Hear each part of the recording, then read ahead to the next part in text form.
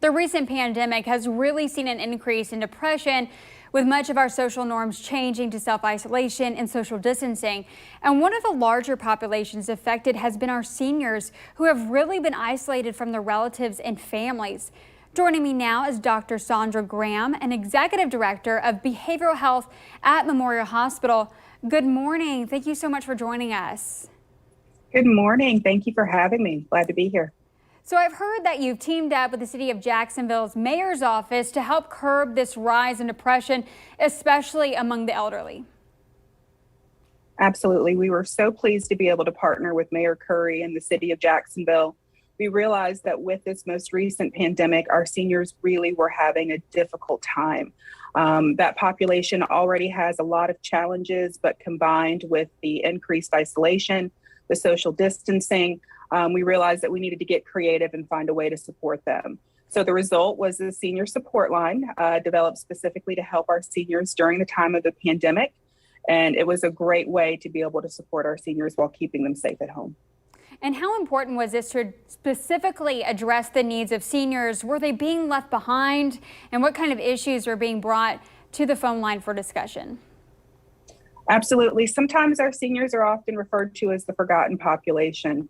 A lot of times they just aren't able to access a lot of the resources that they need to get to timely. So some of the most frequent calls we got were really just about vaccines, how to access them, COVID testing sites. So a lot of resource and linkage was provided. And then sometimes they just wanted to talk. They hadn't seen their family in weeks or months. They were having a really hard time getting to their doctor's appointments. They wanted to know, if Memorial was still available as a resource for them. So just a lot of questions, but most of them were tied back to not being able to see their family like they used to. And a lot of younger people who may be depressed tend not to discuss what they are depressed about and why. Why is that? Is there a stigma for younger folks around mental health issues? And what do parents need to know about addressing that? Absolutely. So we've all seen what happened during the Olympic Games. We know that mental illness and depression does not discriminate. It spans across all ages, all races, and we've actually seen a significant uptick in depression in our teens and young adults. So it's really important that as we continue on this journey to wellness, that we look in on our kids and teenagers as well. As parents, it's really important to talk to your kids and keep a lookout for some of these signs and symptoms, which you see on your screen now. If you notice withdrawal symptoms, they start pulling away. They don't want to be as active or engaged in their activities. They're not involved with their friends. Any changes in their eating or sleeping habits, anything that's off. Parents, you know your kids best. Decrease in energy, mood swings, just an overall malaise or lack of interest in things that they used to do. And of course, one of the most obvious symptoms is uncontrollable crying or having crying spells that seem to come out of nowhere.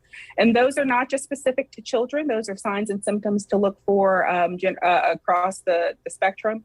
And anytime you see those symptoms in someone you care about, that's when it's time to reach out and get them some support. And if people do recognize these symptoms, what should they do to get help? Absolutely. So we've always remained a resource for this community, and we're happy to continue to do so. If someone has concerns about a loved one experiencing those symptoms that we referenced, they can reach out to us for a confidential screening by our clinicians. They can call 904-702-5950, and we'll be happy to give them that confidential screening. And based on the results of that screening, we can refer them to the appropriate resource. All right, that is wonderful information. Thank you so much, Dr. Graham, for joining us this morning. Thank you so much for your time. I appreciate you having me.